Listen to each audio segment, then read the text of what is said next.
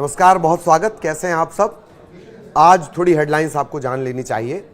आतंकवादियों की सरकार चला रहे हैं यूनिस और मटिया मेट कर दूंगी इसे। ये दरअसल किसी के हवाले से मैं आपको बता रहा हूं।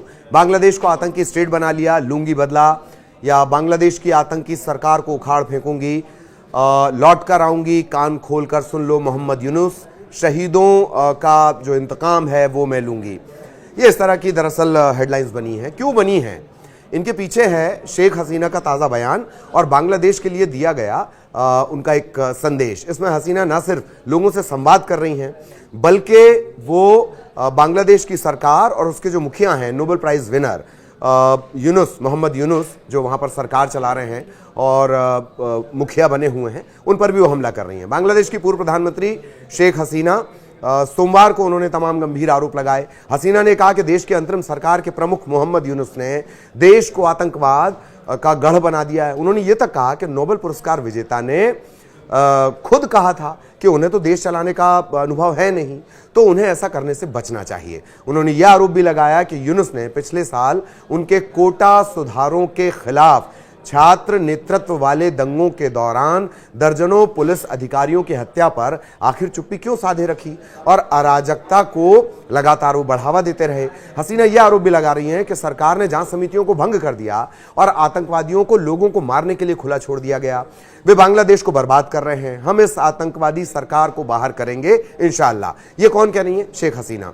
खास बात यह कि हसीना ने जूम लिंक के जरिए 5 विधवाओं और उनके बच्चों से भी बातचीत की है। इस सेशन का जो संचालन है वो अवामी लीग के जो नेता हैं नजरुल इस्लाम, उन्होंने किया था।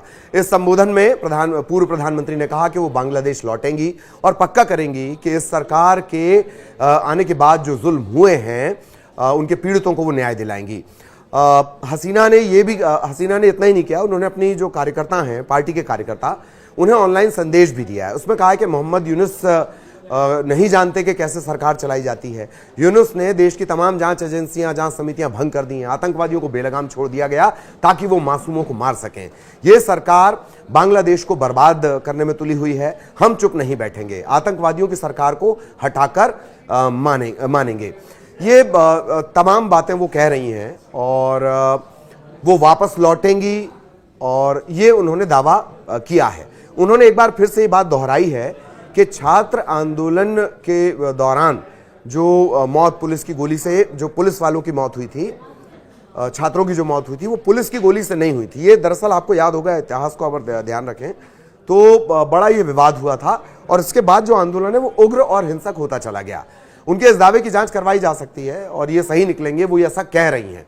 शेख हसीना का सीधा आरोप है कि आज यूनुस हिंसा करने वाले अपराधियों को बचा रहे हैं। छात्रों ने हिंसा शुरू की थी। इनके निशाने पर पुलिसकर्मियों के अलावा उनकी पार्टी अवामी लीग के कार्यकर्ता थे, बुद्धिजीवी थे, कलाकार थे। उनकी हत्याएं की गई हैं। हत्या की घटनाओं के शिकार हुए लोगों को यूनुस के राज में न्याय नहीं मिल रहा।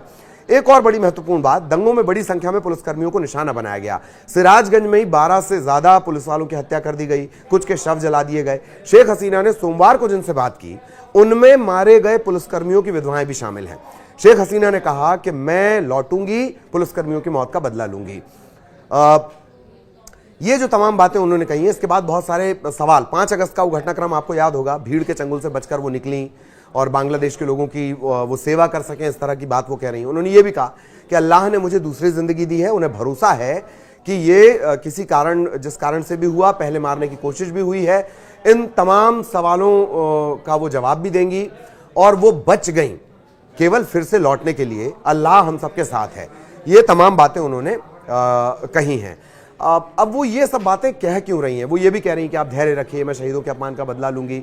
सवाल खड़े हो रहे हैं किस तरह से अवामी लीग बांग्लादेश से बाहर रहकर अपने कैडर को क्या रीएक्टिव कर रही है। ये रीएक्टिव करना क्या दिखाता है, थोड़ा सा इतिहास भी आपको बताएंगे। और उसके पहले ये समझिए कि कैसे शेख हसीना तकनीक के सहारे अपनी सियासत को, तकनीक के सहारे बांग्लादेश की सियासत को यहाँ अलग अलग जगहों पर बैठकर गर्म कर रही हैं। हसीना और उनके नेता अलग अलग जगहों पर या तो शरण लिए हुए हैं या फिर छिपे हुए हैं, लेकिन एक्टिव हैं। एक मीडिया हाउस की रिपोर्ट कह रही है कि 200 से ज्यादा नेता और अफसर पश्चिम बंगाल के अलावा अलग अलग जगहों पर छिपकर बैठे हुए हैं। जूम लिंक का उपयोग शेख हसीना ने किया, वैसे ही व्हाट्सएप इन सभी के बीच कम्युनिकेशन का बड़ा जरिया है। इसी के जरिए शेख हसीना पार्टी के कार्यकर्ताओं तक अपनी बात पहुंचा रही है और उनकी बात सुन भी रही हैं। अब हसीना के हुंकार के क्या मायने निकाले जा रहे हैं? सवाल हो रहे हैं कि क्या बांग्लादेश में यूनुस की जो अंतरिम सरकार है उसके दिन पूरे हो गए हैं?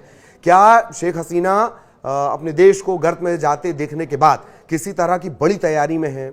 उनके शब्दों के हिसाब से बांग्लादेश में आतंकवादियों की सरकार के पाप का घड़ा भरने को है। शेख हसीना इस ताज़ा अल्टीमेटम जो उन्होंने दिया, उसके बाद लोगों के मन में इसी तरह के सवाल घुमड़ रहे हैं कि क्या बांग्लादेश की सियासत फिर इस तरह से कुछ यू टर्न लेने वाली है? अब इतिहास की बात करेंगे।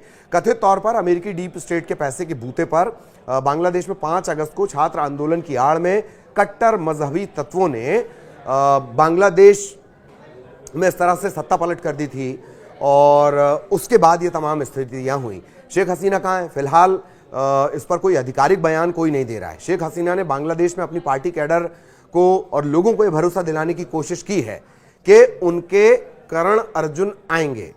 लोगों को ये भरोसा दिला रही, अब उनके करण अर्जुन आएंगे नहीं आएंगे ये तो तय नहीं है, लेकिन हम आपको ये वादा कर रहे हैं कि इस घटनाक्रम का हर अपडेट हम आप तक जरूर पहुंचाएंगे। क्या शेख हसीना जिस तरह का अल्टीमेटम दे रही हैं, कुछ बड़ा भीषण भयंकर पड़ोस में फिर होने वाला है? इसी बड़े सवाल के साथ नमस्कार।